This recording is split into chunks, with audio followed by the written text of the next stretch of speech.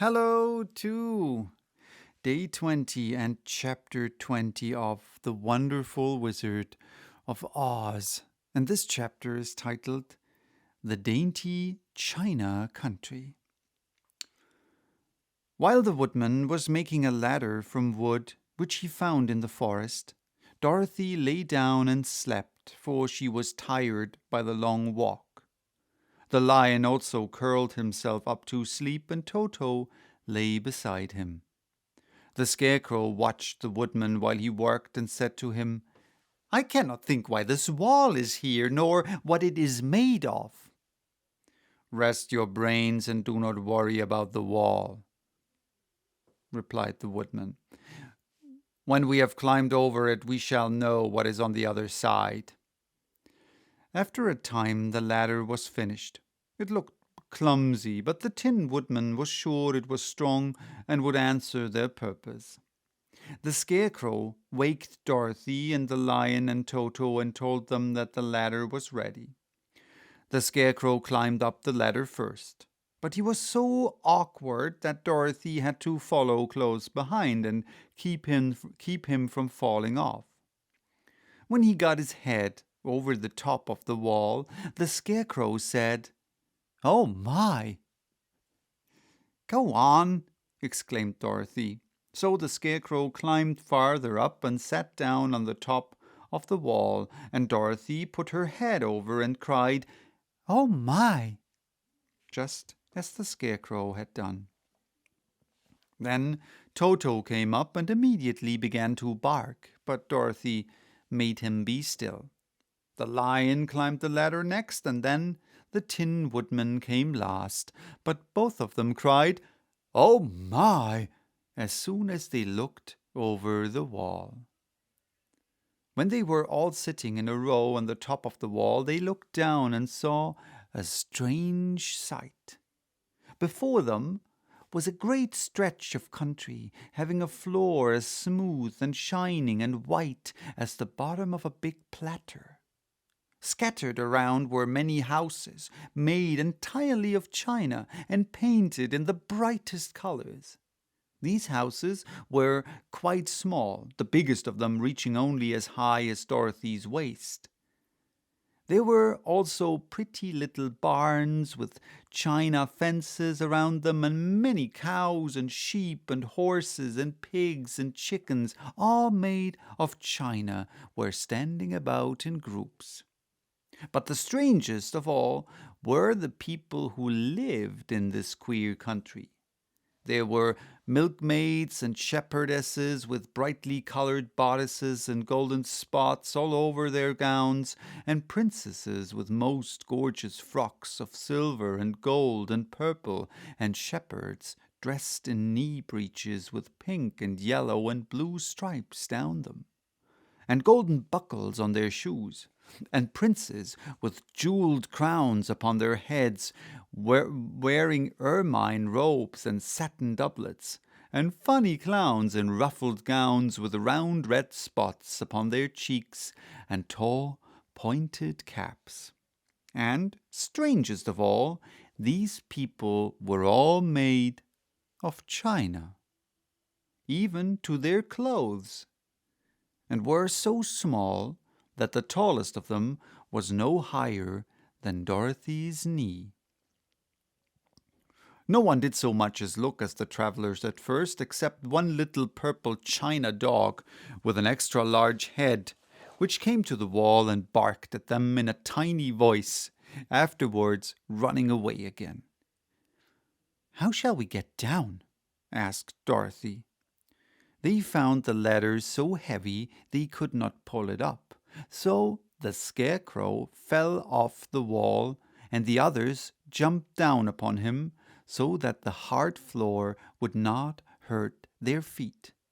Of course, they took pains not to land on his head and get the pins in their feet. When all were safely down, they picked up the Scarecrow, whose body was quite flattened out, and patted his straw into shape again. "We must cross this strange place in order to get to the other side," said Dorothy, for it would be unwise for us to go any other way except to south." They began walking through the country of the China people, and the first thing they came to was a China milkmaid milking a China cow, and they drew near. As they drew near, the cow suddenly gave a kick and kicked over the stool, the pail, and even the milkmaid herself, and all fell on the china ground with a great clatter. Dorothy was shocked to see that the cow had broken her leg off, and that the pail was lying in several small pieces, while the poor milkmaid had a nick in her left elbow. "There!" cried the milkmaid angrily. "See what you have done! My cow has broken her leg, and I must take her to the mender's shop and have it glued on again. What do you mean by coming here and frightening my cow?" "I'm very sorry," returned Dorothy. "Please forgive us." But the pretty milkmaid was much too vexed to make any answer. She picked up the leg sulkily and led her cow away, the poor animal limping on 3 legs. As she left them, the milkmaid cast many reproachful glances over her shoulder at the clumsy strangers, holding her nicked elbow close to her side. Dorothy was quite grieved at this mishap. "We must be very careful here," said the kind-hearted woodman, "or we may hurt these pretty little people so they will never get over it." A little farther on, Dorothy met a most beautifully dressed young princess who stopped short as she saw the strangers and started to run away. Dorothy wanted to see more of the princess, so she ran after her, but the China girl cried out, "Don't chase me! Don't chase me!" She had such a frightened little voice that Dorothy stopped and said, "Why not?" "Because," answered the princess, also stopping a safe distance away, "if I run, I may fall down and break myself." "But could you not be mended?" asked the girl. "Oh, yes, but one is never so pretty after being mended, you know," replied the princess. "I suppose not," said Dorothy. "Now, where is Mr. Joker, one of our clowns?" "Oh, no, sorry. Now, there is Mr. Joker, one of our clowns," continued the China lady, "who is always trying to stand upon his head. He has broken himself so often that he is mended in 100 places, and doesn't look at all pretty. Here, he comes now, so you can see for yourself." Indeed, a jolly little clown came walking toward them, and Dorothy could see that in spite of his pretty clothes of red and yellow and green, he was completely covered with cracks, running every which way and showing plainly that he had been mended in many places.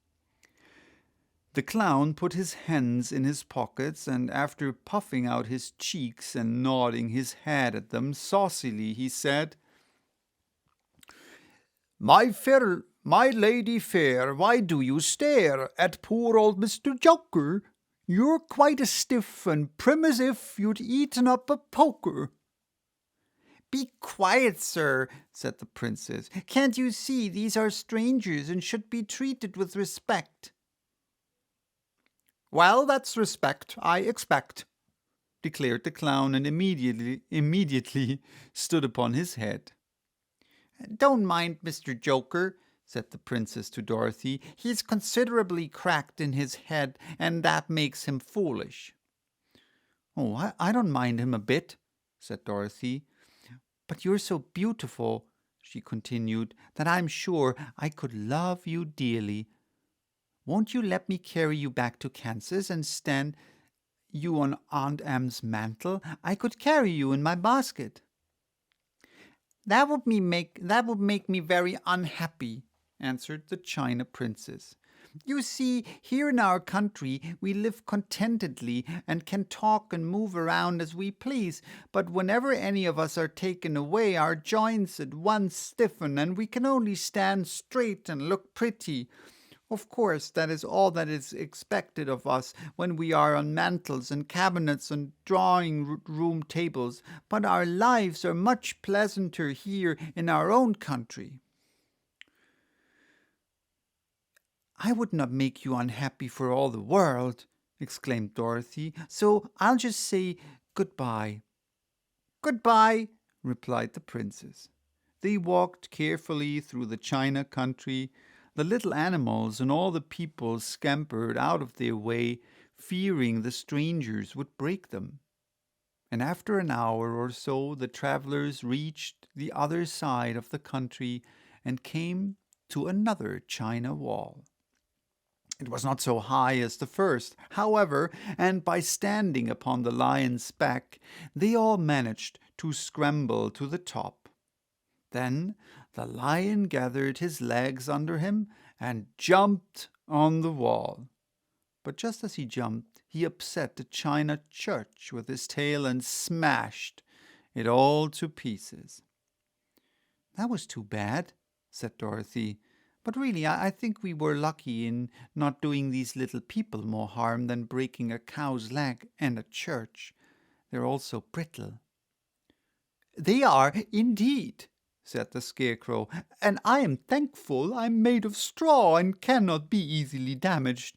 There are worse things in the world than being a scarecrow. All right, that was it for chapter 20. So this one's for today. Bye-bye till tomorrow with chapter 21.